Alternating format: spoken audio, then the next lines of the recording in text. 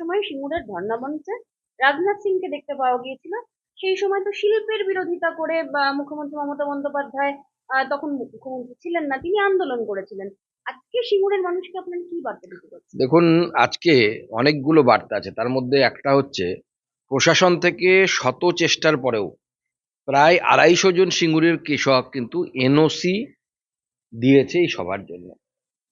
মানে সিঙ্গুরের কৃষকদেরকে কিন্তু ভয় দেখানো হয়েছিল, পক্ষান্তরে বলা হয়েছিল যেন এনওসি না দেওয়া হয়, কারণ আমরা চাষের জমি বা চাষযোগ্য জমিতেই সভা করার জায়গা হয়েছে, যেখানে চাষ নেই এখন এই মুহূর্তে।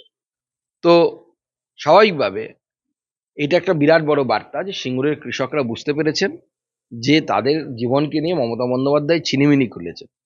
আমি যাচ্ছি মাননীয় প্রধানমন্ত্রী সভার প্রস্তুতি দেখতে, এবং তার সাথে সাথে প্রস্তুতি দেখার সাথে সাথে আমি স্থানীয় মানুষের কাছেও যাব, তাদেরকে আহ্বান জানাবো যে আপনারা মাননীয় প্রধানমন্ত্রীকে শুনতে আসুন, মাননীয় প্রধানমন্ত্রীকে দেখতে আসুন। তার বক্তব্য, তার চিন্তাধারা গোটা বিশ্বকে প্রভাবিত করছে। তখন যখন আপনারা তিনি বাড়ির কাছে আসছেন, আমরা সবাই যাব দেখতে, আমিও থাকবো, সবাই থাকবেন আপনারা। কিন্তু সুকান্ত, সেই সময় টাটাদের ন্যানো কারখানা চলে যাওয়া, আপনি কি মনে করেন যে পশ্চিমবঙ্গের শিল্প মানচিত্রে, কারণ তারপর থেকে কোনো অবশ্যই বড় অবশ্যই বিনিয়োগ হয়নি, সেটা একটা বড় ভুল বা তার প্রভাব এই রাজ্যকে এখনো চোকাতে হচ্ছে? অবশ্যই। এবং কলকাতার সহ এই যে আমাদের বিস্তীর্ণ শিল্পাঞ্চল, যেটা হাওড়া অবধি ছিল, পরবর্তী সময় হুগলি বা ওদিকটাই সম্প্রসারণ করার চেষ্টা হয়েছিল, সেটা বিরাট ধাক্কা খায় হচ্ছে এই টাটার চলে যাওয়া নিয়ে। এবং সেই সময় টাটা যুগান্তকারী, রতন টাটা, স্বর্গীয় রতন টাটা, তিনি যুগান্তকারী একটি মন্তব্য করে গেছেন কি, আমি যে খারাপ এম ছেড়ে আমি ভালো এম এর কাছে গেলাম।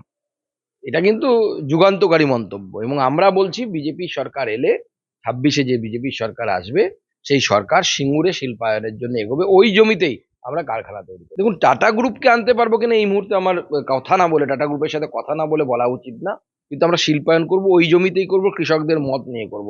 কৃষকরা যদি বলে যে হ্যাঁ ওই জমি আমরা দিতে রাজি আছি, আমি যতদূর জেনেছি এখন তারা রাজি আছেন, যদি তারা রাজি থাকেন ওই জমিতেই শিল্প হবে, আমরা শিল্প আনবো। আমাদের সেই ক্ষমতা আছে, আমাদের সেই যোগাযোগ আছে, আমাদের প্রতি সেই বিশ্বাস শিল্পপতিদের আছে বা লগ্নিকারীদের আছে, এবং সেই শিল্পের মধ্যে শিল্প যারা স্থাপন করবে তাদের মধ্যে টাটাও হতে পারে। কিন্তু সিঙ্গুরের কৃষক পরিবারকে কি সেই ভরসার জায়গাটায় আনতে পারবেন? কারণ একটা সময় আপনাদের কেন্দ্রীয় নেতৃত্ব করে সত্যি দেখা গিয়েছিল না, ওই দেখুন, ধর্ণা মঞ্চে। আমাদের কেন্দ্রীয় নেতৃত্বের বিষয়টাই আপনাদেরকে বুঝতে হবে। তখন আমরা এখানে এনডিএ ছিলাম, তো এনডিএ এর নেত্রী ছিলেন হচ্ছে মমতা বন্দ্যোপাধ্যায়। তো মমতা বন্দ্যোপাধ্যায় একটা সিদ্ধান্ত নিয়েছেন, আমাদের সেই সিদ্ধান্ত অনুসারে আমাদের পাশে দাঁড়াতে হয়েছিল। কিন্তু যখন রতন টাটা সিদ্ধান্ত নিলেন তিনি এখানে থাকবেন না, গেলেন কোথায়? বিজেপির কাছেই গেলেন। নরেন্দ্র মোদী মুখ্যমন্ত্রী তখন ছিলেন গুজরাটে, তার কাছেই গেলেন না? তখন তো আমরা সেখানে বাধা দিইনি যে রতন টাটা গেছে বলে ওখানে আমরা করতে দেবো না, এখানে যেহেতু আমাদের এনডিএ। আমরা দেখেছি যে রতন টাটা ওখানে গিয়ে ন্যানো কারখানা করলে পরে গুজরাটের উন্নতি হবে। আমাদের সব রাজ্যগুলো এইভাবে শিল্পায়নের পথে এগোচ্ছে। আমাদের আহ, যে রাজ্য, যে আমাদের উত্তরপ্রদেশ, যে উত্তরপ্রদেশে সন্ধেবেলা মেয়েরা বেরোতে ভয় পেত আমাদের সরকার আসার আগে, সমাজবাদী পার্টির সরকার এমন অবস্থা করে দিয়েছিল, সেখানে ভাবতে পারেন সেই উত্তরপ্রদেশের ডিফেন্স করিডোর হচ্ছে। আর আমরা যারা বাঙালি, যাদের বুদ্ধি এত বেশি, যাদের ইন্টেলেকচুয়ালিজম নিয়ে অনেক কথা হয়, আমাদের ভালো ভালো ছেলেমেয়েরা যাদবপুর, শিবপুর, আইআইটি থেকে বেরোচ্ছে, তারা কোথায় যাচ্ছে? সেই উত্তরপ্রদেশে গিয়ে তাদেরকে কাজ করতে হচ্ছে, সেই তামিলনাড়ুতে গিয়ে কাজ করতে হচ্ছে। দেখুন, প্রথম কথা হচ্ছে, শুভেন্দুবাবু যেটা বলেছেন সেটা আমরা সবাই শুনেছি। উনি কি বলেছেন, পলিটিক্যাল মঞ্চ থেকে বলা একটা বিষয়, এটাকে নিয়ে মামলা কেউ করতেই পারে, সেটা হচ্ছে কোর্টে গিয়ে আমার সম্মানহানি হয়েছে এই মামলা কেউ করতে পারে। কিন্তু পুলিশের কাছে এই এফআইআর কেন করা হলো, তার উদ্দেশ্য কি, বোঝা যাচ্ছে। এবং যেহেতু এক সময় যে ব্যক্তি সম্পর্কে বলা হয়েছে সেই ব্যক্তি মালদা সহ এই বিস্তীর্ণ এলাকায় ডিআইজি ছিলেন, আমার মনে হচ্ছে তার পুরনো পদের তিনি অপব্যবহার করছেন। শওকত মোল্লা বলছেন আইএসএফ নোংরা খেলা খেলছে। আসলে আইএসএফ বিজেপিকে ক্ষমতায় আনতে চায়, সেই কারণে নওশাদ সিদ্দিকীরা তলে তলে আপনাদের সাথে ভালো মতো বন্ধুত্ব করেছে। দেখুন, আমাদের সাথে তলে তলে কেউ বন্ধুত্ব করলেও আমরা বন্ধুত্ব করি না, আমরা যা করি সামনাসামনি করি। আমাদের ভারতবর্ষের বিভিন্ন জায়গায় এনডিএ গভর্নমেন্ট আছে, আপনারা জানেন, তলে তলে বন্ধুত্বের ব্যাপার নেই।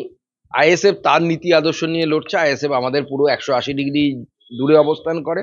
তারা লেফট লেফট কংগ্রেসের সাথে গতবার ছিল, এবার কোথায় থাকবে আমরা জানি না, তারা কি করবে তাদের ব্যাপার। কিন্তু রাজ্যে এই যে সব আর ভাঙনের মতো জায়গায় যদি আইএসএফ দাঁড়িয়ে ভোট পায়, তাতে বিজেপির লাভ কি? বিজেপির কি কোনো পলিটিক্যাল লাভ আছে? কোনো পলিটিক্যাল লাভ নেই। সংখ্যালঘুদের ভোট ভোট ভাগ হলে তো আপনাদের লাভ না না, হবে। কোথায় ভাগ হচ্ছে? আইএসএফ এর সেই ক্ষমতা আছে কি? সেই ক্ষমতা আমরা তো দেখতে পাইনি এখনো পর্যন্ত। আইএসএফ ভাঙরে শক্তিশালী, যেখানে ওদের মুরিদ আছে।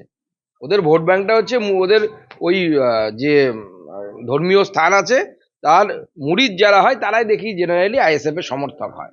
সুকান্ত দা, আপনি সিঙ্গুর যাচ্ছেন আজকে। কিন্তু বিষয়টা হচ্ছে, দেখুন এসআইআর এ কাদের নাম বাদ যাচ্ছে, যাদের নাম যারা মৃত তাদের নাম বাদ যাচ্ছে, যাদের কোনো ডাউটফুল ভোটার তাদের নাম বাদ যাচ্ছে। আমরা কি বুকে হাত দিয়ে বলতে পারি যে পশ্চিমবঙ্গে বাইরে থেকে লোক আসেনি?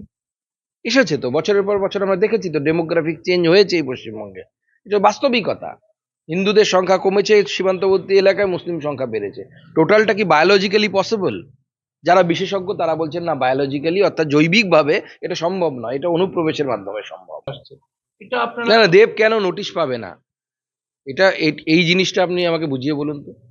কার ল অনুসারে? আর্কিমিডিসের ল অনুসারে, নিউটনের ল অনুসারে, না কার ল, ফ্যারাডে ল অনুসারে? কার ল অনুসারে দেব নোটিশ পাবে না? দেব পশ্চিমবঙ্গের বাসিন্দা ছিল না।